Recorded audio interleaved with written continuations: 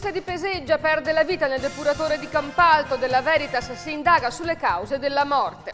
Venezia in allarme, protezione civile mobilitata, è prevista acqua alta eccezionale, 140 cm sul medio mare e sono in arrivo nubifragi.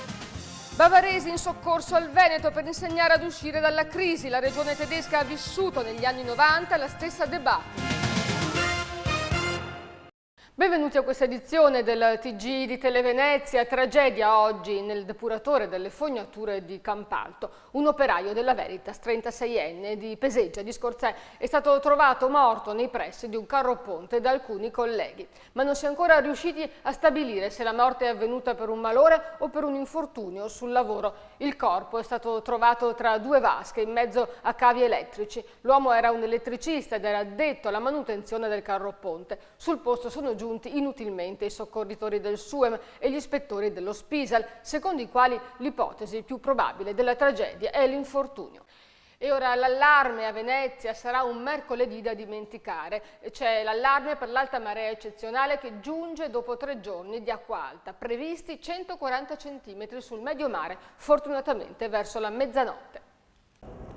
Allerta rossa per l'acqua alta eccezionale che secondo il centro marea a Venezia nella notte di domani dovrebbe raggiungere i 140 cm sopra il medio mare. Significa che oltre la metà della città sarà sommersa dall'acqua, come è avvenuto il 3 dicembre del 2010, quando il forte vento di scirocco ha soffiato per un'intera notte e il mattino ha fatto salire l'acqua in laguna fino a 137 cm. Impossibile muoversi senza stivali anche in Piazzale Roma e davanti alla stazione ferroviaria Santa Lucia, come vedete in queste immagini che abbiamo immortalato quel giorno. La marea però questa volta dovrebbe toccare il nuovo picco domani sera verso le 23:45 e dunque non ci sarebbero disagi per la circolazione e le attività economiche. Teme il peggio invece chi abita il piano terra e possiede magazzini e in queste ore si sta cercando di mettere in salvo più merce possibile. Questa mattina il direttore generale del Comune di Venezia, Marco Agostini, ha presieduto una riunione operativa della Protezione Civile per predisporre i servizi di emergenza, anche se i 5 km di passerelle possono servire soltanto se l'acqua non supera i 120 cm. Oltre questa soglia galleggiano. Il centro mare è in contatto con le stazioni meteo in Adriatico, aggiorna le previsioni ogni 6 ore e dato per scontato l'arrivo di un'altra perturbazione con piogge, venti di bora e scirocco con raffiche fino a 80 km all'ora, il fenomeno si dà quasi per certo. L'acqua alta eccezionale arriva dopo un anno di tregua con nemmeno una marea sopra i 110 e invece in questi giorni, già per 2 volte, l'acqua è salita a oltre i 120 cm. E la cronaca nera, 28 kg di marijuana per un valore di 300.000 euro. È il maxi sequestro scattato oggi nel porto di Venezia ad un 54enne albanese che è stato arrestato per traffico internazionale di stupefacenti. L'uomo, di aspetto distinto, era appena sbarcato con la sua Mercedes da un traghetto proveniente dalla Grecia. L'albanese, selezionato per un controllo di routine, si è mostrato evasivo ed impacciato nel rispondere alle domande. I 2 cani antidroga, 2 pastori tedeschi, Sonny e Raba, hanno concluso il controllo fiutando tra i longheroni del telaio dell'auto la sostanza stupefacente.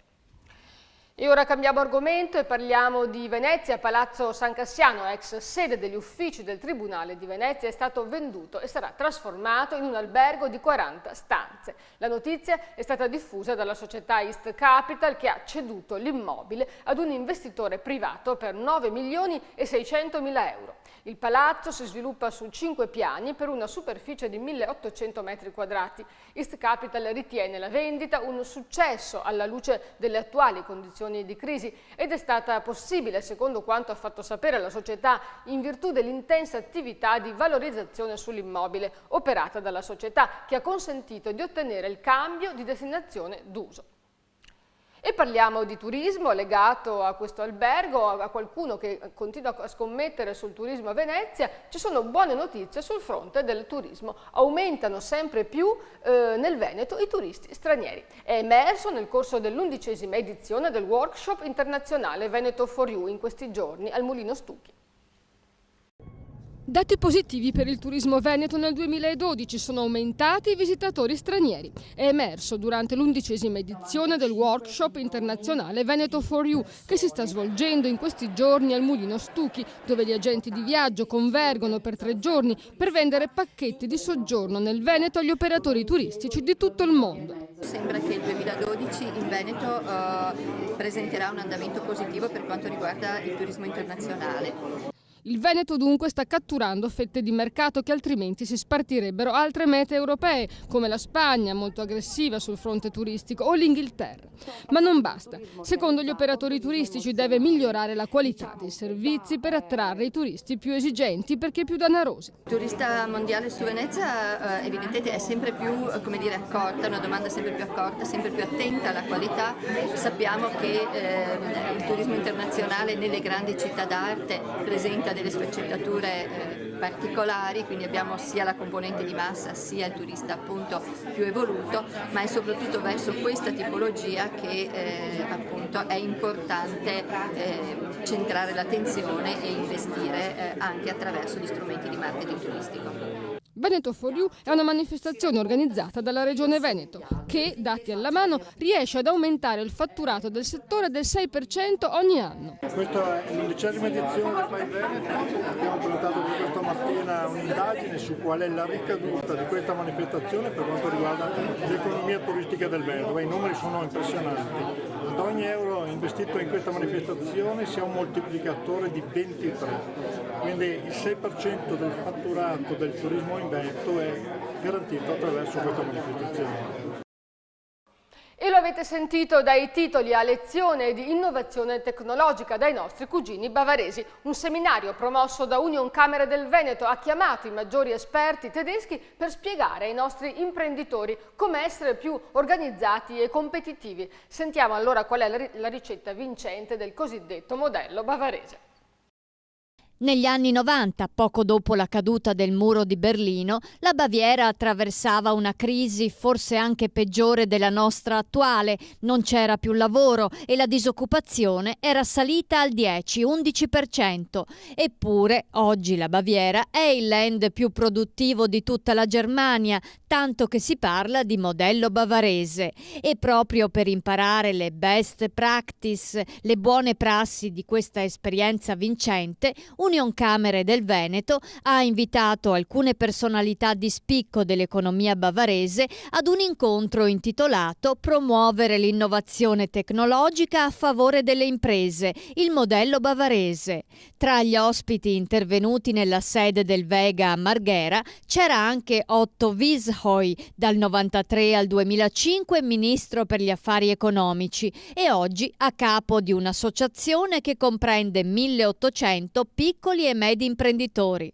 Presidente, intanto in che cosa consiste questo decantato modello bavarese?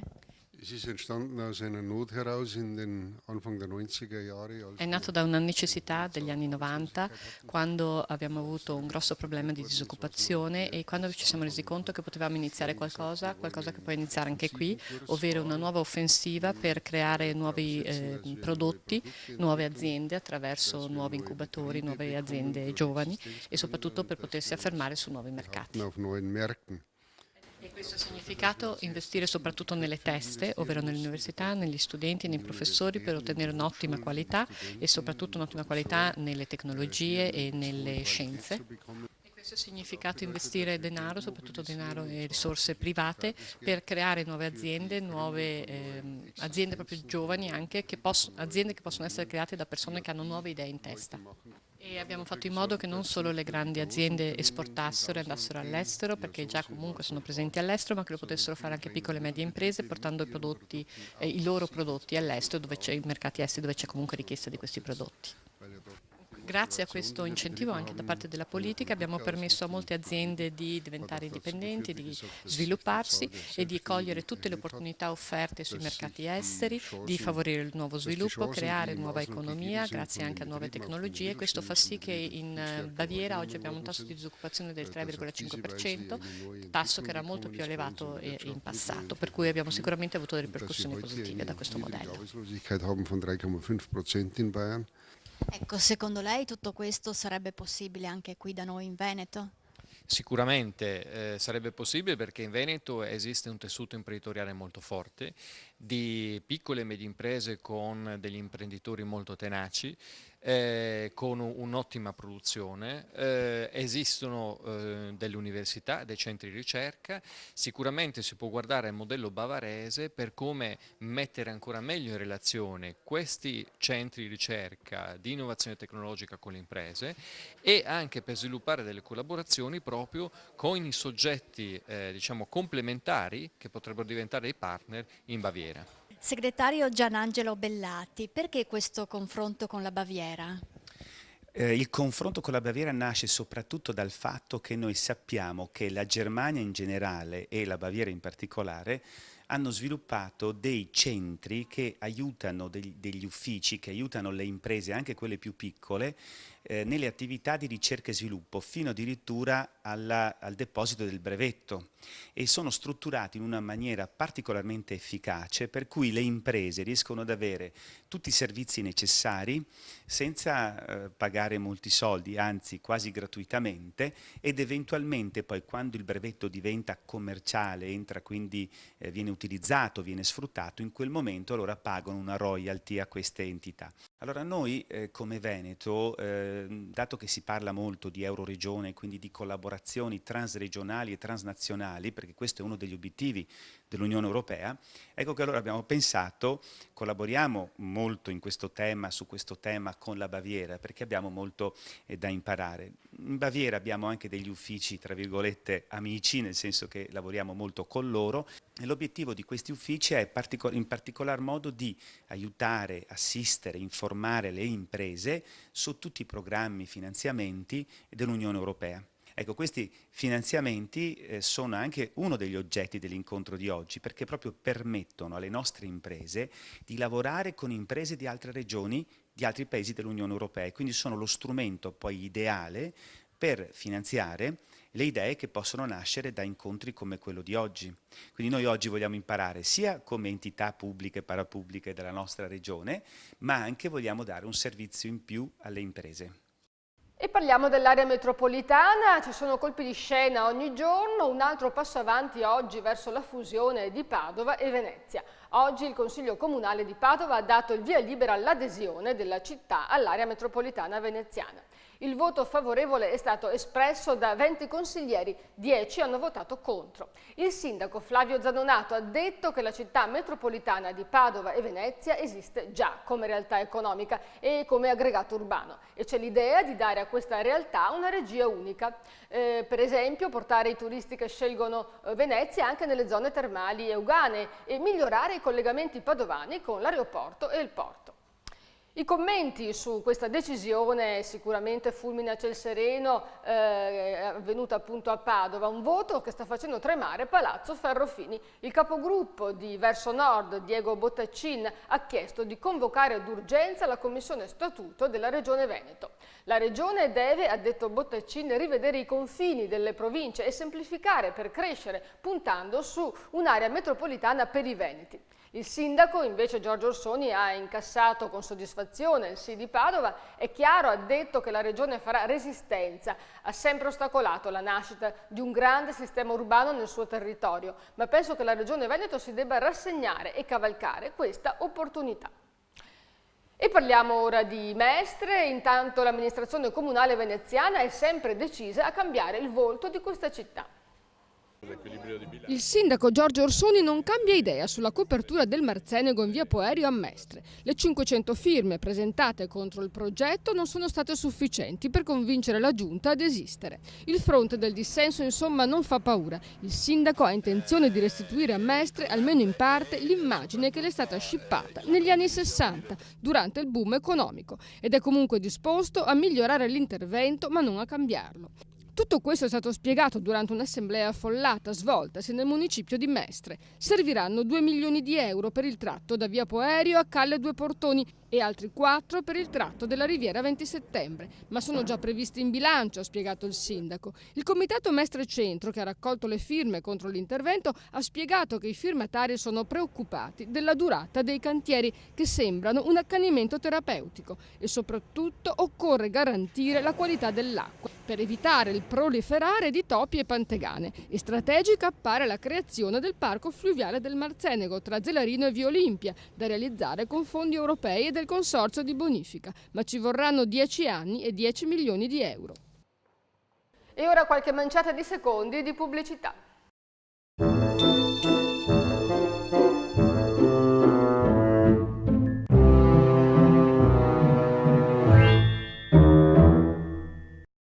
Il Noceto presenta Noce d'Oro, qualità superiore, sapore inconfondibile. Cerca il punto vendita più vicino a te su www.ilnoceto.it. E ora parliamo dell'area metropolitana, il triangolo per noi, Patreve. Iniziamo dalla provincia di Venezia, dove molti paesi a stento sopportano i grossi disagi legati al traffico pesante. Lenzuola ai balconi per protestare contro i camion. Succede a Ceggia, dove i residenti contano anche 200 transiti quotidiani di tir.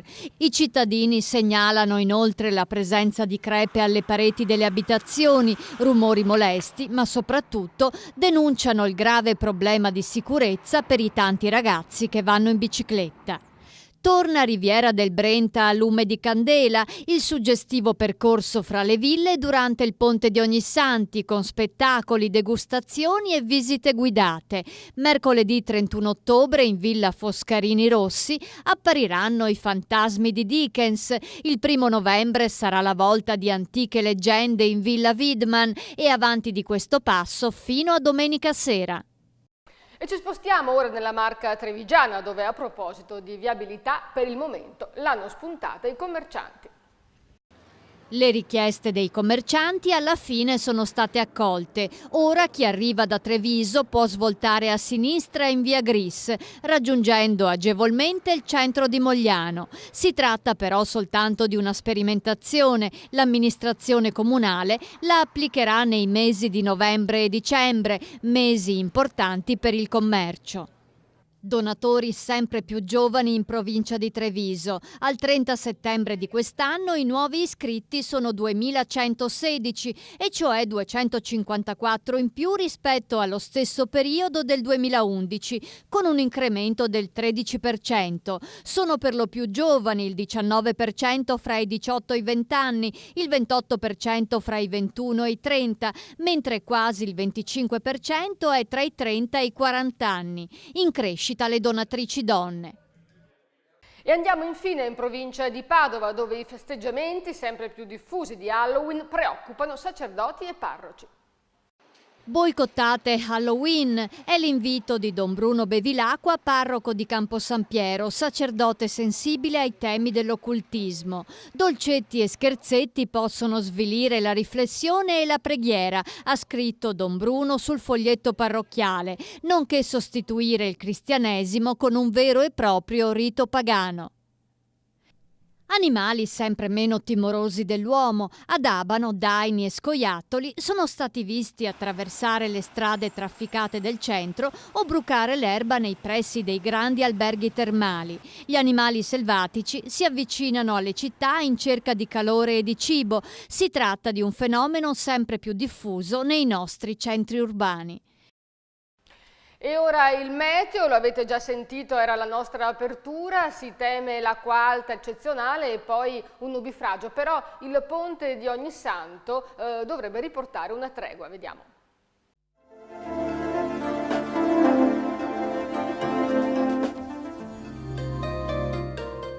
Tregua fino a mercoledì, poi arriva una nuova perturbazione con pioggia abbondante e vento di scirocco.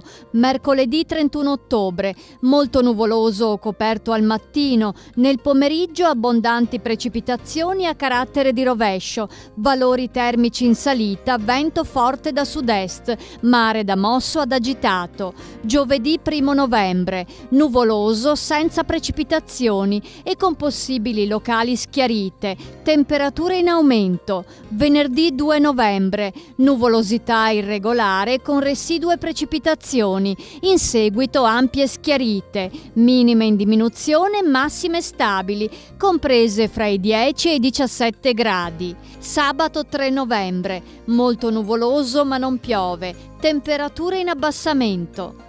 La marea di mercoledì 31 ottobre è eccezionale. La massima alle 23:45 1,40 m, la minima alle 4:30 35 centimetri. Bene, con questo era proprio tutto. Grazie per averci seguito, grazie per averci scelti e buon proseguimento e buona serata.